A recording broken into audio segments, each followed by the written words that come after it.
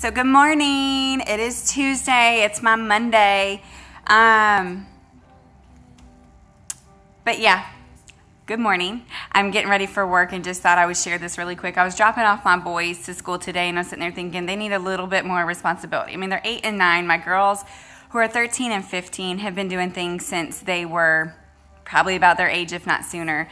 And so it just kind of made me think about the last time I was telling y'all, the story of what we're going through right now, my family is going through. And to put it into perspective for you, having boundaries with an addict is not a bad thing. Like I said before, you think when you're doing things for them, you think that when you're helping them and not making them feel the consequences to their actions, it's benefiting them, when in reality, it's hurting them. So as a mama, I can sit there and tell my kids to do something, but they're not going to do it. Me telling my boys, let me think of the other day. They get home from school. Their backpacks go on the floor in the middle of the walkway. Their shoes come off. Their toys are everywhere. I mean, it's just an overflow. And I don't mind a dirty house. But when I have to step over their stuff and telling them numerous times to pick them up and they don't do it, me picking it up for them and putting it away or putting it where it goes does not help them. It doesn't teach them anything. What it teaches them is that if they wait long enough not to do something, somebody will come in and do it for them. That is not beneficial. Have you ever seen a kid with no discipline in their life? They are freaking rotten. And I'm sorry if that's a horrible word for y'all, but they're rotten. They're spoiled. They don't learn to be respectful to others because they allow others to do things for them. So if you have an addict in your life, if you have somebody who is going through something, I can't tell y'all how to walk your walk, but I can tell y'all from experience, when you try to do things for them, when you try to pay bills for them, when you try to make them feel less hurt because you're scared that they're going to go back to their old ways, that's on them. That is not your responsibility. Let it go. Let it go. Golly, that's just the words that God keeps giving me. Let it go. Y'all know me. These messages are just as much for me as they are for you. They've got to have consequences to their actions. Kids have to have consequences. If you don't do this, this will happen. If you don't pick up after yourself, I'm going to throw it away. If you do not pick up after yourself, you're not going to get video game time. You're not going to get rewarded.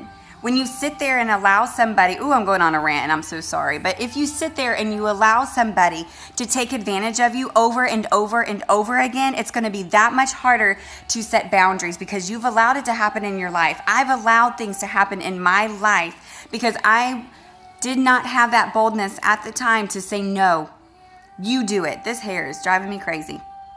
The hairdresser in me.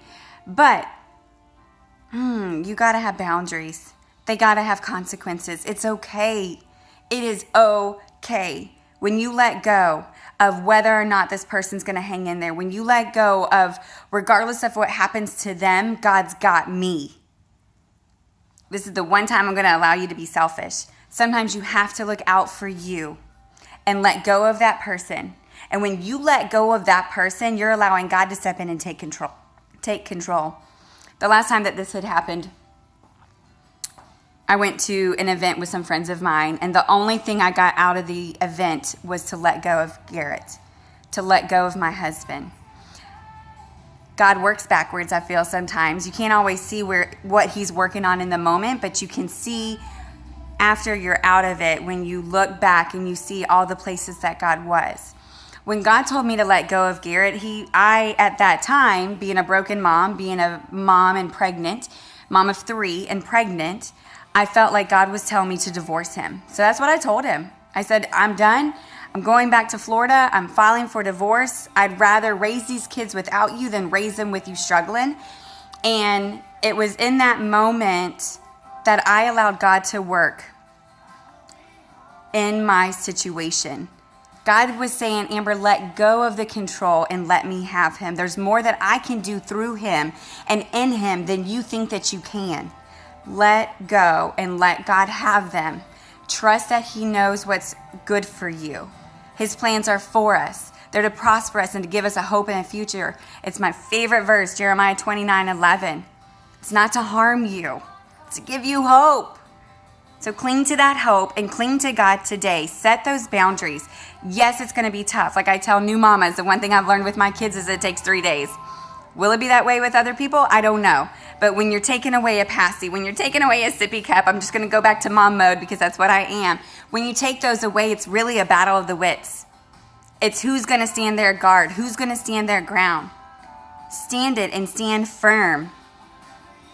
Ooh, by God's grace, no matter what it costs me, I'm going to live by audacious faith. I'm going to trust God with my whole heart and follow him step by step.